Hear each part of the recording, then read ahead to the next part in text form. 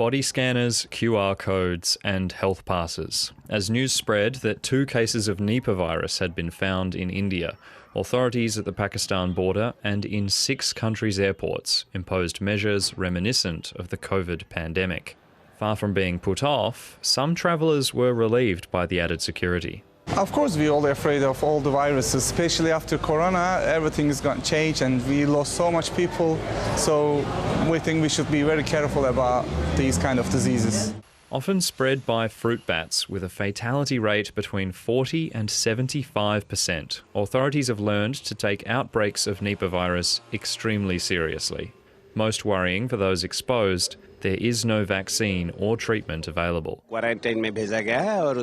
So far, only 2 patients have tested positive. The remaining contacts, approximately 200 of them, have been quarantined, and those who showed symptoms have also been tested.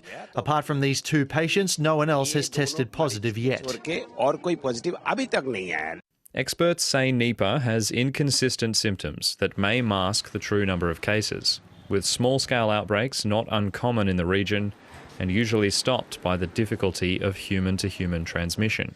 There is fever, headache, pain in the whole body. Along with it, there is pain in the throat and a cough. The cough transforms into pneumonia-like conditions. There is difficulty in breathing. Then gradually, the infection spreads to the brain, which reduces the senses of the patient. Eventually, the patient goes into a coma. A quick boost to border security aims to strengthen that transmission barrier. But with symptoms of Nipah taking weeks to appear, experts have questioned their efficacy. What this means is that it's actually very difficult to control airports if you've got a disease that's got 2 weeks incubation period. For the first 2 weeks after somebody's carrying the infection, there's no way you can pick it up. So far, none of the isolated contacts have reported symptoms. Angus Mackintosh, ABC News. Dr Kaja Abbas is an associate professor at the London School of Hygiene and Tropical Medicine and Nagasaki University and joins me now. Good to have you with us on the program. Firstly, can you just explain to us what is Nipah virus, what are its origins and how does it spread? Yeah, the Nipah virus was discovered in 1999. It's a zoonotic virus and the natural reservoir for this virus are the fruit bats. And the earlier outbreaks that took place in 1999 were in Singapore and Malaysia. And primarily the spread was from bats to pigs. And then from when the pigs were butchered, and that's where the humans got infected. But then since 2001, the outbreaks have been taking place primarily in Bangladesh and India. It's kind of recurrent, but sporadic, and only a few cases. Like up to date, we have only around 750 cases altogether. But of the 750 cases, as you mentioned, very high case fatality rate, more than 400 of them actually died from it. But the risk of transmission is very low, and thereby the cost for concern is relatively limited compared to, say, the COVID pandemic that we had, because one of the major issues with SARS-CoV-2 was there was a lot of asymptomatic transmission, like people who didn't show symptoms could transmit the disease. While in the case of Nipah, it's very rare. Like somebody who doesn't show symptoms is unlikely to transmit the infection.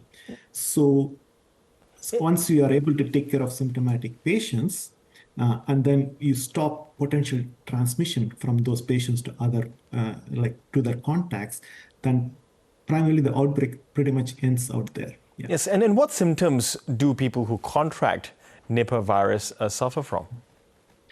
It starts off like similar to flu, like headache, fever, but then it can actually progress towards encephalitis, which is basically the inflammation of the brain. And that's where it becomes quite severe and high case fatality rates happen at that time. But that being said, it's when they do show the symptoms, and that's when they are likely to transmit either through droplets or also through like bodily fluids, and thereby it's much more easier to contain, because once you stop that transmission pathway, practically you stop the outbreak there. Yeah. Yes, and is there a need for sort of, the public, particularly in West Bengal, where there were these 2 cases, to be alert, but of course not alarmed? it's very likely to be very controlled, like even within locally, even within the area, like within West Bengal, it's in Basra, very close to Calcutta, that there should not be that much of a concern. And what you have seen so far, historically, there have been few cases in each of the outbreak, but they have to be well supported. Like currently people are having the Nipah infection, they need to be supported intensively until they recover well. But also making sure we follow the basic public health measures of hygiene and also like case isolation, and then making sure all those protocols are in place, and then that will automatically make sure we cut off the transmission. Yes. So the two things we know about, in terms of how to deal with it is that there are no vaccines for Nipah virus, but also that the fatality rate is quite high. What are the existing treatments at the moment to treat someone who has contracted Nipah? And again, we don't have any licensed vaccines, nor do we have any approved treatments either. So the only way what we can do to make sure that people can recover is provide intensive supportive care. But that's really, I'm hoping that their immune system will be able to pick up and able to fight the disease. But we don't have any cure approved so far, nor a vaccine.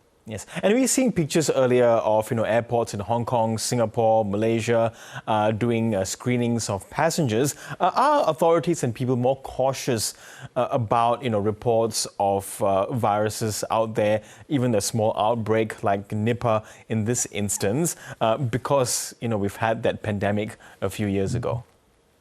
I mean, and even before the COVID pandemic, since the SARS outbreak that we had in 2003, the SARS-CoV-1, the first virus, and that virus also only spread when patients were symptomatic, and that's why we were able to contain it quite well in 2003. But before we were able to understand the transmission pathway, it spread to multiple countries. And then since the impact was especially quite high in East Asia, since then, the airport screening has been like almost like readily deployed almost all the time, even in normal peace times, as we call it.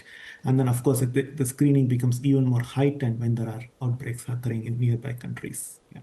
Okay, Dr. Kaja Abbas, really good to hear your expertise on this. Thank you so much for your time. Sounds good. Thank you for having me.